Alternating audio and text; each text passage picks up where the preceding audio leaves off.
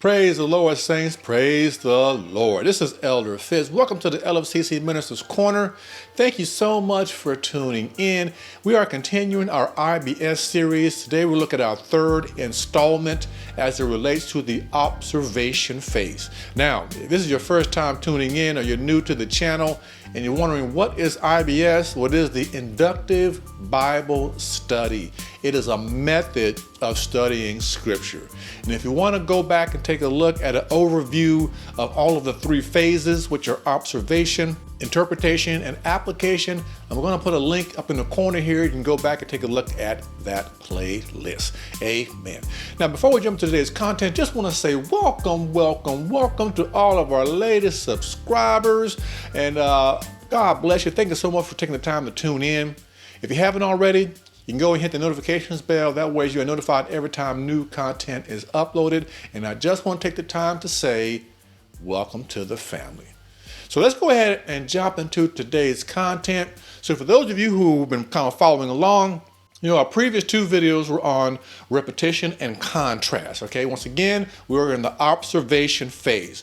So let's just do a quick review on those two items. So with repetition, you are looking for words that repeat within the sentence you are studying, looking for repetition in the larger passage, looking for repeating phrases and statements. One thing that we said that was so key when it comes to repetition, often that will give you a clue as to what the theme is or what the meaning is for the passages of Scripture that you are studying. So that is repetition. So the second item we looked at was contrast. So with contrast, what we are doing is that we are looking for items, ideas, or individuals that are contrasted with each other. So that's from grasping God's word. And then from how to study your Bible, it is defined as a contrast is an evaluation of things that are different or opposite in the context being viewed. Many times contrast is noted by the word but. So those were the first two items of observing the passage. Now, remember what I said previously is that when it comes to observing the passage, what we're really wanting you to do is to slow down, read the text carefully to be able to soak in as much of God's word as you can while you are studying, meditating, or preparing to teach or to preach. It's about just soaking and just taking a deep dive into the Word of God. So that's what we're really trying to emphasize when it comes to observation, because some of you may be wondering, what's the point of all this?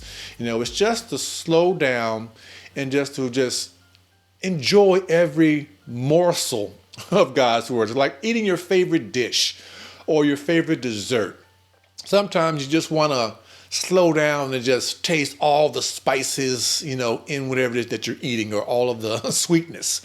So this is what we want to do with the Word of God, like honey, right? It's just something that we just want to savor every part of it. So that is the real point of observation. So now let's jump into today's lesson, which is comparison. So let's start with a definition from Grasping God's Word.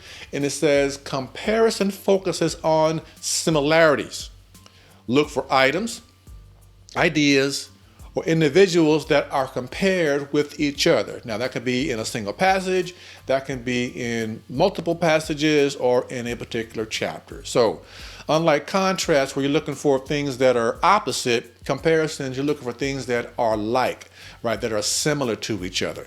So very easy to understand.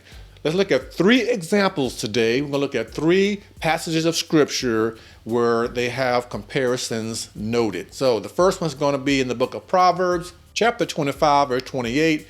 And if you ever want to just get a good soaking into contrast and to comparisons, Proverbs is a great book to read. So it reads, a man without self-control is like a city broken into and left without walls. Now, I want to give you all a key word whenever you're looking for a comparison, and it's the word like. Most of the time, you'll see that in the passages of Scripture. So it's a key indicator that this is going to be a comparison statement. So what is being compared here? Of course, it's a man without self-control, somebody who is without discipline. They are a city broken in two. That's the comparison, right? Meaning that there is no safety. You are exposed and you are without walls, meaning you have no protection around your heart, around your life. You are exposed to the whims and dictates of the enemy who can break in and, of course, cause havoc. So if you look at the flip side, a man with self-control, it's like a city that cannot be broken into, and you have walls around and you are guarded and you have protection. Amen. Now let's look at our second example for today. That is out of the book of Matthew chapter 13, 31 and 32. And this is where Jesus is speaking. He put another parable before them, saying, the kingdom of heaven is like, right? So here is our key word again, the word like a grain of mustard seed that a man took and sowed in his field. It is the smallest of all seeds, but when it is grown, it is larger than all the garden plants. It becomes a tree, so that the birds of the air come and make nests in its branches. I remember one time a pastor brought in a bunch of mustard seeds. He was talking about this particular scripture, and it was so tiny because look, the word says a grain of mustard seed, not a handful. He took one single mustard seed and he held it in his hand, and it was so tiny. The camera had to zoom like way in just to be able to see that little old bitty a mustard seed. So they're very, very tiny, and it was a great example. Because the Bible talks about it. We have faith of the size of a mustard seed, right? So we see a couple examples of mustard seeds being used here, but in this case, we see that the kingdom of heaven is like that small, tiny little grain of mustard seed that, of course, is being planted in the earth, and it grows to become this great tree where birds come in and find their nests. All right, we got one more passage to take a look at. It's out of the book of James, very popular. James 1:5 through 8 says, if any of you lacks wisdom, let him ask of God, who gives generously to all without reproach, and it will be given him. But let him ask in faith, right? So we've got a little caveat here, right? We have a requirement to meet this. Let him ask in faith with no doubting, for the one who doubts is like. So here is our comparison. We see our key word like here. God has wisdom. He has abundance of it. He has unlimited wisdom. Whoever asks, he is willing and ready and able to give it to you.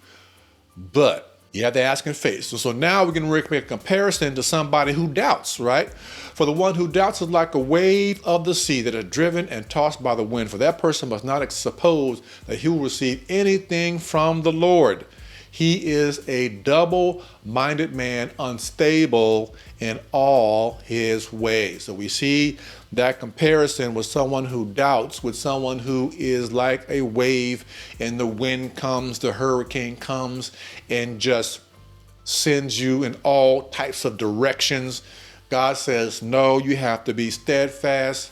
You have to be unmovable. You have to be firm. Your faith has to be fixed on the Lord, and that is what is required. So that's the comparison in James chapter 1, verses 5 through 8. So that is it for today. So we've done repetition, contrast, and today we've completed comparison and observing the passage. Well, praise God. I hope you all received something out of today's lesson. I really enjoyed doing this series, and so we're going to continue to do more and more and more. Also, a quick update. I will be at the International Leadership Summit being held by Bishop T.D.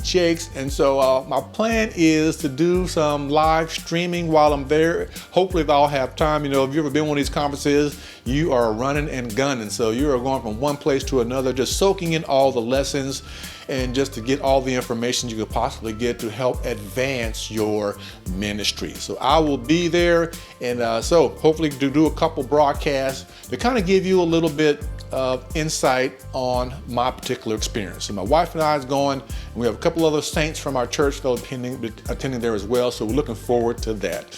Well, this is Elder Fitz. God bless you, and I will see you in the next video.